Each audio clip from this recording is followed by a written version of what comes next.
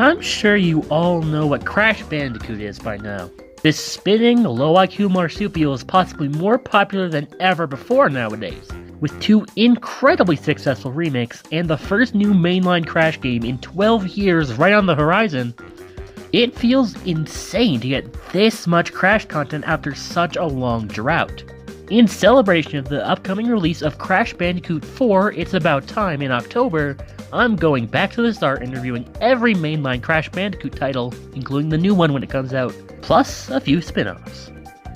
Crates will be spun, Wumpa fruits will be consumed. Welcome to the Crash Bandicoot Retrospective, 14 episodes of Crash review goodness. And what better place to start with this promise I made back in 2015 than with the very first game, Crash Bandicoot. But, little disclaimer before I get into the development part that I always do in these videos.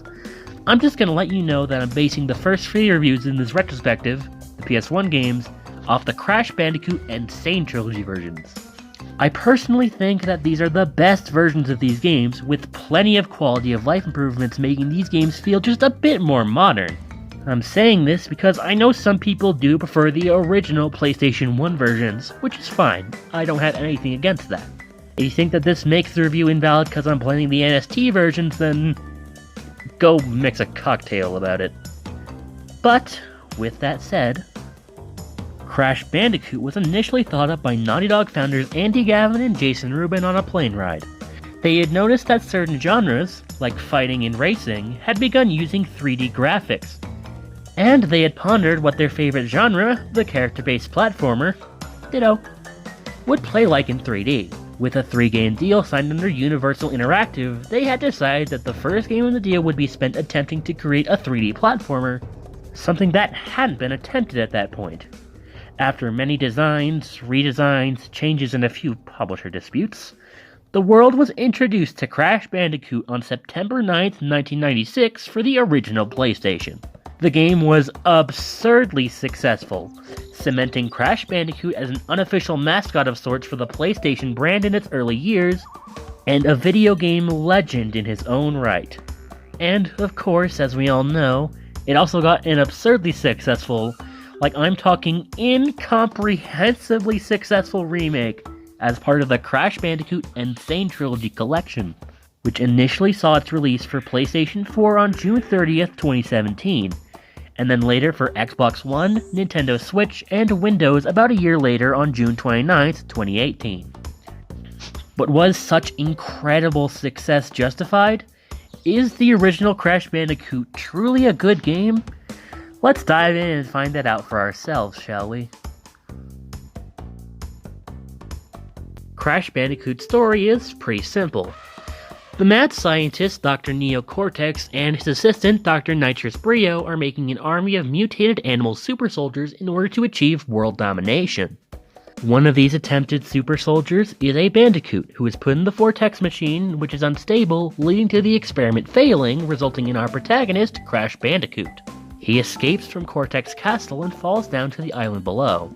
However, Crash's girlfriend, Tawna Bandicoot, is still stuck up in there. So it's up to Crash and the player to travel through 3 adjacent islands to get back to Cortex Castle and rescue Tawna. It's a pretty standard 90s platformer plot. We have a hero, we have an antagonist, and we have someone to save. It's straightforward and simple, as expected. Just going solely off the PlayStation 4 version that this video is based off of, the game looks pretty incredible. It's a very, very detailed game that feels like a playable CG animated Saturday morning cartoon through and through. The animations and visual effects are both stunning, and Crash has a pretty nice looking fur hair to cap it all off. And these cutscenes? These aren't pre-rendered, these are completely in-engine, real-time, which is a great achievement. It's a very faithful, next-gen appropriation of what Crash Bandicoot should look like. The PlayStation 1 version looks pretty decent for its time as well, especially since it was among the first 3D games in the genre. A bit dated, but still nice. I do have a bit of a problem with the aesthetics though. The game goes for a thing where it slowly shifts from natural areas to mechanical areas as you progress, which I think is a pretty cool idea. However, I think a lot of the areas look similar to each other. The jungle natural areas look pretty similar, and the mechanical areas look pretty similar. Aside from these few castle areas, just about everything sticks to these two tropes. Don't get me wrong, everything looks great, but aside from just a few notable levels, a lot of the game just kind of blends together aesthetically. It's probably just me though. The sound design is also pretty great. Everything from collecting Wumpa Fruit, defeating enemies, and smashing boxes have immensely satisfying sound effects that makes doing this stuff even more enjoyable than it would be otherwise. Music, on the other hand, I'm not really that big of a fan. There are a couple of catchy and memorable songs here, like for example the Insanity Island theme that also serves as the game's main leitmotif, and Cortex's boss theme, but a lot of the music is very, for lack of a better term, subdued. It fits Crash 1's more low-key feel well, but it kinda lacks that distinct energy later Crash games would bring with their scores. It's still fine background music though, just not something I'd put on in the background to jam out to while I write scripts. Most games are primarily judged on their gameplay, so let's put Crash up to that same standard. Crash Bandicoot is a rather simplistic 3D action platformer. You play as, who else, Crash, and venture through various linear levels, avoiding hazards and enemies along your way to the warp pad. Crash's moveset is rather limited, as all you can really do in this game is jump and spin. This was before all the crazy sliding and Wumpa Bazooka stuff was introduced in some of the later installments after all. Even with our hero's small moveset, the game has a pretty solid foundation. There's also plenty to collect for completionists to occupy their time with. Our basic collectible in this game are the Wumpa Fruits. These apple mango looking fruits are the game's equivalent to, say, Mario's coins. They're absolutely everywhere, and collecting 100 will grant you an extra life. They can be found floating out in the open or by breaking open crates. Quite possibly the most iconic part of Crash's gameplay, breaking crates is something you're going to be doing very often, and they come in multiple types to boot. We have your box standard crates, which contain just a single Wumpa Fruit. The Bouncy Wumpa Crate, which are bouncy, give you 2 Wumpa Fruits per bounce and can take 5 bounces before breaking. Crash Crates give you an extra life outright, and Surprise Crates can give you 1 Wumpa Fruit, multiple Wumpa Fruit, or an extra life in rare cases. Additionally, bonus tokens can also be found in crates.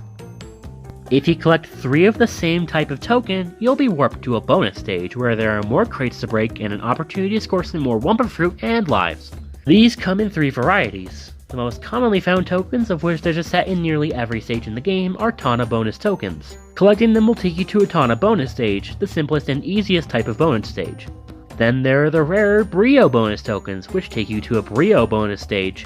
These are similar to the Tana bonus stages, just a lot more difficult and with better music. Finally, there are the Neo Cortex bonus stages. These tokens appear in just 2 of the game's levels, and they are by far the hardest bonus stages in the game. But completing them will earn you a special key. Both of these keys will unlock an extra stage you wouldn't otherwise discover without playing these bonus stages. Additionally, in the Insane Trilogy version, the bonus stage warp pad also acts as a de facto checkpoint of sorts, which is handy. Regardless of type, these bonus stages are mandatory if you wish to destroy every crate in the stage, which brings me to my next topic. That's called a segue, kids. Breaking every single crate in the level isn't just something to do just for the fun of it. There is actually a point to this. By breaking them all, you'll be awarded with a gem, the game's main optional collectible. There are 2 distinct types of gems. Your basic clear gem, which is in most levels, and the colored gems, because most doesn't mean all. There are 6 of these: green, orange, blue, red, purple, and yellow. The main difference between the clear and colored gems is that clear gems are merely collectibles for collectibles' sake, whereas colored gems are special boys that unlock secret paths and stages you've already cleared. Sounds like a cool mechanic, right? Well, on paper it is, but in practice there's just one teeny tiny annoyance that brings the whole thing down a bit. To obtain a colored gem, not only must you destroy every crate in that stage, but you have to do all of that without losing a single life. Why? Just why? This isn't a fun bonus challenge, this is stupid and lame and infuriating, and I do not like it. I do not like it, Sam I am. This wouldn't even be so bad if the colored gems weren't so sadistically placed in some of the most difficult levels in the entire game, like the infernal likes of Slippery Climb and the Lab. You're seriously expected to break every single crate and do a perfect run in these difficult levels. Just why? And on the subject of difficulty, good God. This game had quickly become infamous for its crazy difficulty when the Sane Trilogy initially released back in 2017. Crash Bandicoot has become Dark Souls, huh? Oh, they are never going to live that one down. The Dark Souls comparison is silly for sure, but that doesn't mean the game's a cakewalk. It's a pretty tough game.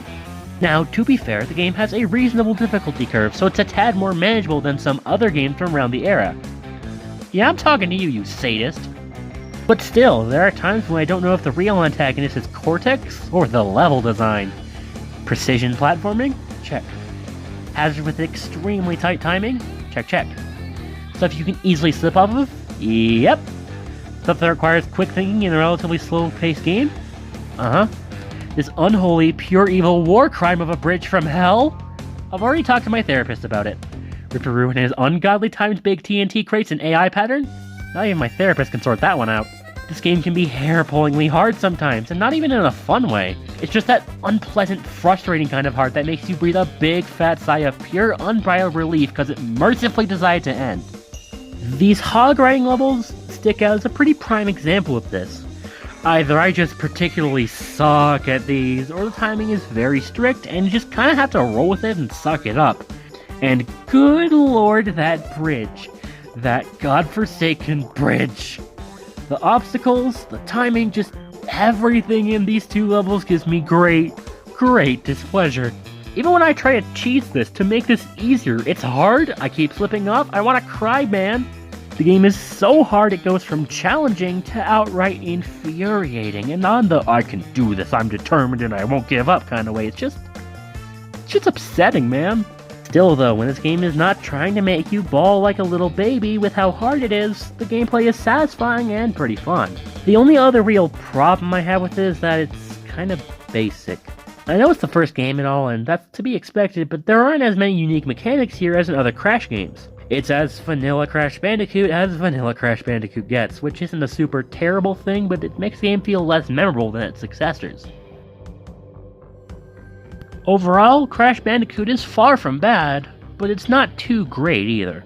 The gameplay is fun, with a satisfying crate destruction and collectible-based gameplay hook that keeps players coming back for more. However, it's definitely a bit vanilla, so it doesn't really stand out amongst its more mechanically involved peers.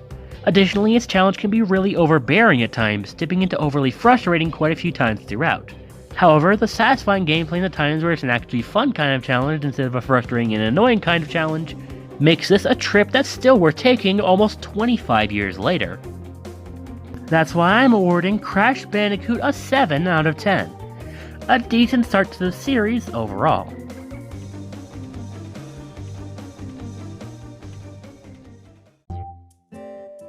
So that was my review of the original Crash Bandicoot.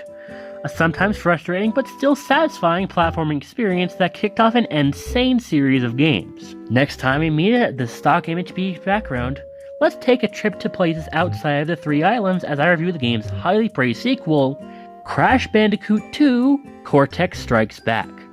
But while you wait for that, if you enjoyed this video, consider leaving a like, subscribing to the channel, and commenting to tell me what you thought about this episode. But until next time, this has been blueblur98, signing off.